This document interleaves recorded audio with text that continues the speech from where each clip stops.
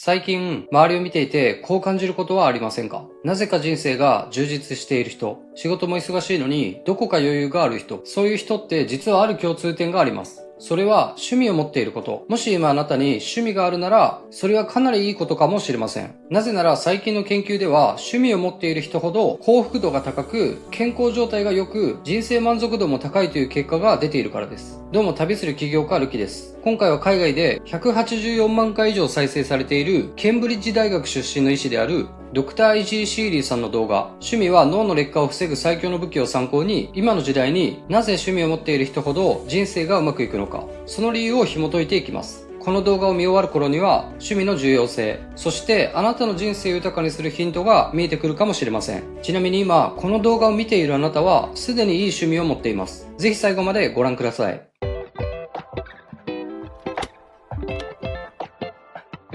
現代人から趣味が消えた。20年前、もし誰かにあなたの趣味は何ですかと聞いたら、多くの人は色々答えられたと思います。例えばダンス、ゴルフ、釣り、登山など。しかし最近同じ質問をすると、多くの人が自分の趣味を答えられなくなっています。趣味は多様化する一方で、趣味を持っている人は年々減っているんです。その主な原因はスマホの登場です。趣味だった時間はこのスマホに奪われています。私たちが当たり前に使っている SNS は脳を素早いドーパミン刺激を求めるように日々訓練しています。花火で例えると、激しい打ち上げ花火やロケット花火では興奮できるけど、線香花火だと退屈で面白くなく感じる。今の人はそれほど刺激に慣れて、そして強い刺激を欲しています。その結果、地味な習慣や活動は脳がかなり退屈に感じてしまい、やめたり興味を示せなくなってるんです。しかし趣味には、あなたの脳を再びトレーニングする力があります。集中力を取り戻し、現実世界を楽しむ能力を回復させてくれるんです。趣味の研究結果。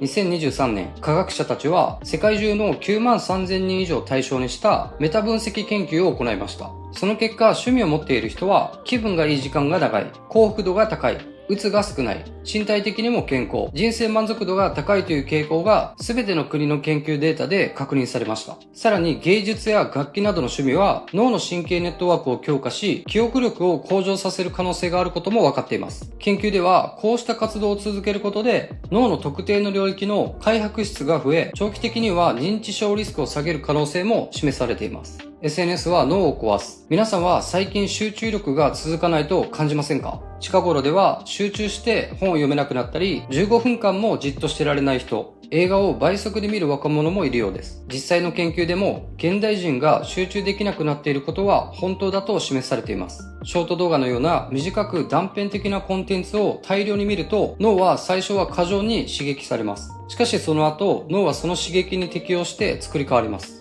研究では SNS 使用が増えると記憶力が低下、認知コントロールが弱くなる、集中力が低下することが分かっています。そして問題は集中力だけではありません。人生を楽しむ能力も低下してしまうんです。ここで登場するのがデジタルアンヘドニアという概念です。これは長時間のデジタル刺激によって前と同じような映像を見ても満足できなかったり、現実世界で楽しさを感じにくくなる状態を意味します。理由は脳の報酬システムが SNS によって書き換えられるからです。人間の体はホメオスタシスという仕組みでバランスをとっています。脳ではドーパミンが放出されるとドーパミン受容体がそれを受け取ります。しかし SNS によって大量のドーパミンが流れ込むと脳はバランスを取るためにドーパミン受容体の感度を下げてしまいます。この構造を例えると爆音のライブ会場に行った時、最初はうるさいと感じますよね。でもしばらくするとその音に慣れてしまう。神経は強い刺激に順応するために感度を下げる性質があります。その結果、以前と同じ刺激でも快感を感じなくなるんです。ここで一度あなたもチェックしてみてください。テレビや映画を見ててもスマホをすぐ触ってしまう。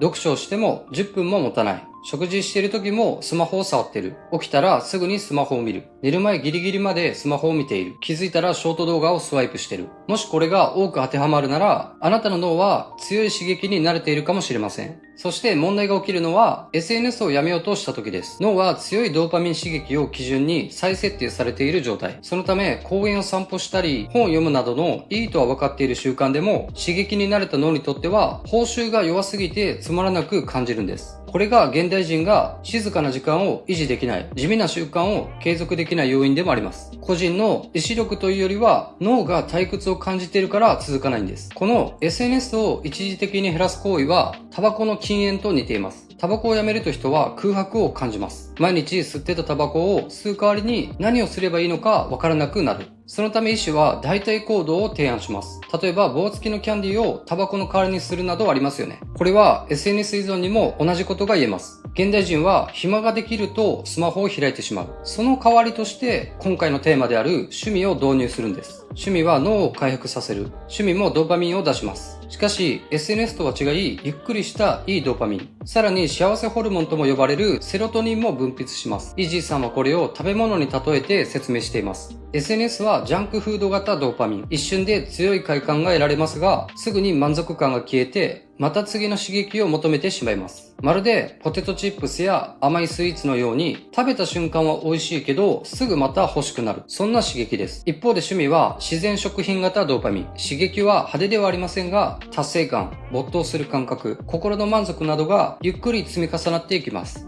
例えるなら栄養のある食事のようなもの、派手ではないけど体に良くて長く満たしてくれます。 SNS は瞬間的な快楽、趣味は持続する充実感、この違いが人生の満足度に大きく影響するんです。古代ギリシャ人はエウダイモニアという概念を大切にしていました。古代ギリシャ哲学、特にアリストテレスが提唱した人間としての最高の幸福や魂の卓越性を発揮した充実した人生を意味する概念です。単なる快楽ではなく意味、目的、充実を伴う幸福です。趣味はこのエウダイモニアを生み出す活動でもあります。ここで趣味が重要なのは分かった。で、趣味なら何でもいいのと思った人がいるかもしれません。ここからは重要な趣味の選び方を話していきます。いい趣味の条件。イジーさんは数ヶ月前、自分には趣味がないことに気づきました。以前は学校、大学などで自然と趣味がありました。しかし社会に出て気づいたら趣味だった時間は仕事、スマホに置き換わっていました。そこで趣味を選ぶためのフレームワークを考えた結果、自分にシンプルな問いを出しました。自分が楽しめることは何か？心理学では努力回復理論というものがあります。私たちの活動は大きく2つに分かれます。1つ目はエネルギーを使う活動。2つ目はエネルギーを回復する活動。仕事はエネルギーを使う活動です。仕事で使った心理的エネルギーは回復時間が長いと蓄積して疲労になります。一方で趣味は回復する活動になります。さらに心理学研究では回復に効果的な趣味には4つの要素があると言われています。1つ目が仕事から心理的に離れられるか。2つ目がリラックスできるか。3つ目が成長感を感じられるか。4つ目が自分でコントロールできる感覚があるか。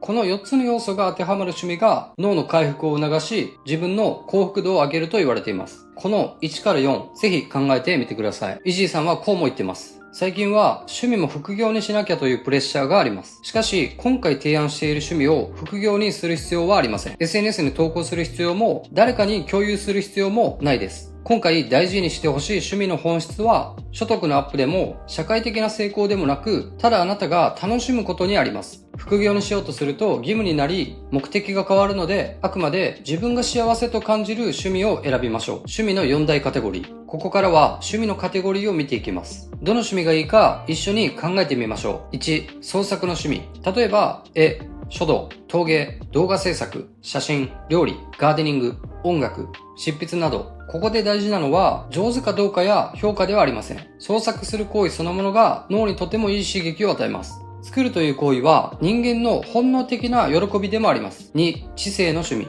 例えば、読書、言語学習、歴史、哲学、自己啓発や学びの動画、オンライン講座、一人旅など、学校を卒業してもあなた次第で知性はいつでも高めていきます。むしろ今は好きなことを手軽に学べる最高の時代。今あなたがこの動画を見ていることもそうなんです。3、心身を整える趣味。例えば、ダンス、スポーツ、ヨガ、ジム、ランニング、登山、散歩、瞑想、ジャーナリング、サウナ、旅行など。これらは体と心をリセットする趣味です。自分と向き合い、汗を流し、自信をつけ、静かな時間を楽しむ。忙しい現代人にとって一番必要な趣味かもしれません。4、つながりの趣味。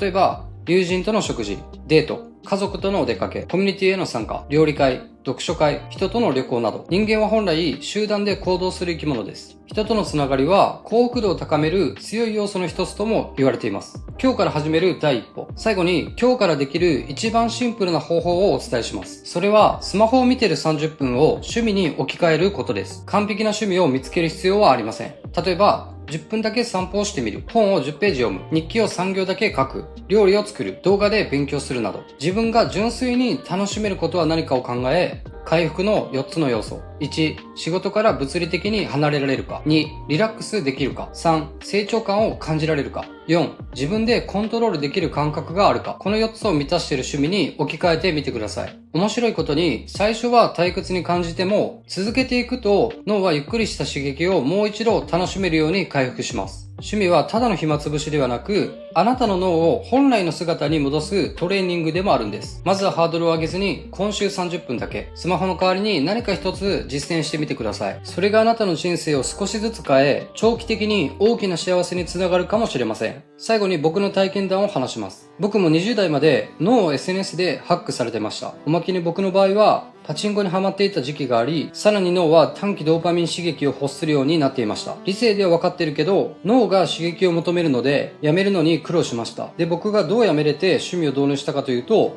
始めた趣味は読書と瞑想と散歩。この3つをまず始めました。読書はもともと好きだったので、そこまで苦じゃなかったのと、瞑想はその時の脳からすると退屈で低刺激なので、習慣化するまでは大変でした。散歩はもともと好きでしたが、歩きながらついついスマホを見てしまう癖があったので、散歩中はスマホを触らないルールを作りました。そういった地味なことをやっていくうちに、脳がだんだん地味なことをやっている時に、満足感と幸福感を感じるようになっていきました。SNS やギャンブルでは得られない静かな幸せです。もう一つポイントがあります。僕の場合なんですけど、趣味の先に目的があったことです。起業してビジネスを成功させたい。そのために本を読む。世界の成功者が瞑想をしている。自分を成長させたいから自分もやる。疲れた脳をリセットしたい。だから散歩に行く。こうやって自分の目的と趣味を結びつけると続ける理由が生まれます。脳が回復するには時間がかかるけど、地道に少しずついい趣味を取り入れる。その趣味を続けるためには、先の目的があれば続ける理由が生まれる。